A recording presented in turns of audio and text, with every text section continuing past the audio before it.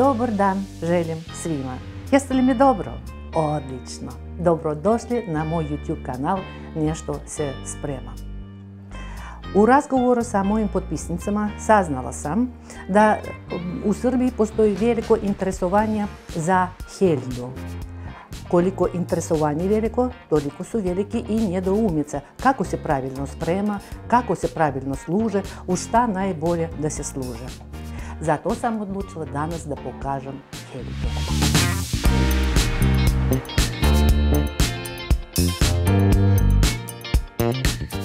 Zlatno pravilo kuvanja Helde jeste da na jednu mjeru Helde mi uzimamo 2 mjere vode.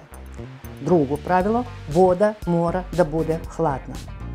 Znači, kad mi budemo počeli da kuvamo Heldu, mi sipamo Heldu, zalijevamo sa vodom, uključujemo šporet i poklopimo našu šerpicu. Kad bude provrelo, ne otvaramo poklopac ni slučajno. Kad bude provrelo, onda ćemo da smanjimo vatru na minimum i da damo njoj da se kuva. Otprilike 10-15 minuta ona će da se kuva dok ne upije svu vodu. A poslije će biti još interesantni detalj. Sve ću vam da pokažem.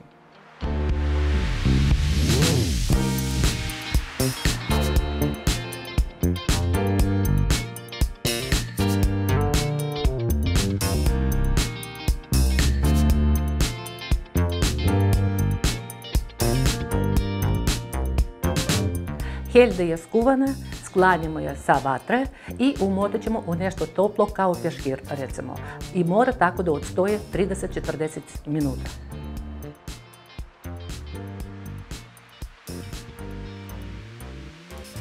Prošlo je pola sata, sad već možemo da otvorimo našu Heldu. Tek sad ja smijem da otvorim poklopac, tek sad.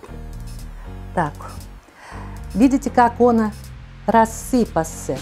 Sad je nama vrijeme da je posolimo.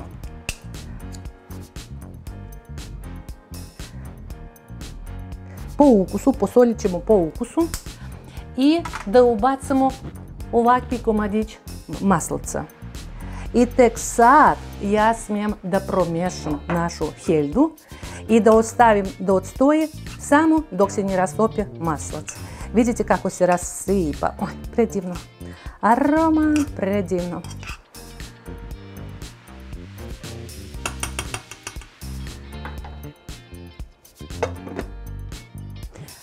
Osnovna Helda je završena. I sad možemo da je koristimo ili kao prilog našim čuvcama današnjim, ili ću da pokažem sad odmah da pokažem kako Helda voli da se druže sa povrćem. Sitno sam posjeckala crni luk, krupno sam narendala šargarepu, dosta krupno sam posekla na listiće šampinjone. Pržit ću sve to na maslacu zato što Helda voli maslac. I da začinimo, znate mene, začinsko bilje. I Helda jako voli mladi luk, peršun i miođe. Hoćemo da počnemo.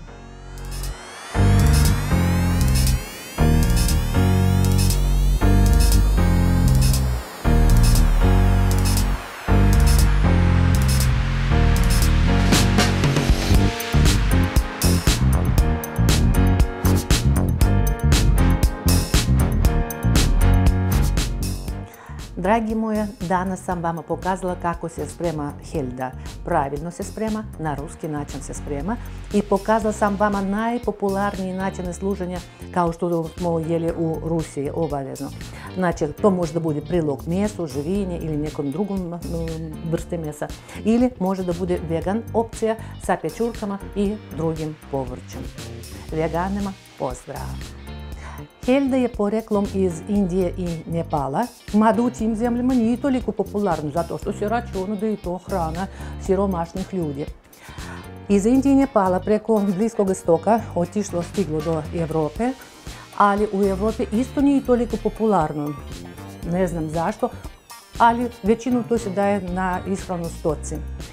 U Rusiju Helda stigla preko Vizantije u 10. veku. Zato i zove se grečka. Znači, iz Grčke je došla ta žitarica.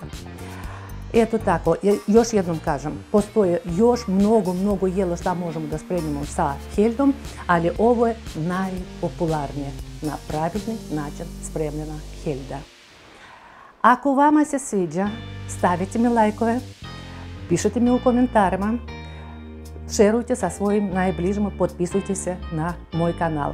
Ja ću vama biti jako zahvalna ako mi budete dali predloge šta da spremimo u drugi put, uključujući možda i heldu. Vidimo se, unapred svim hvala.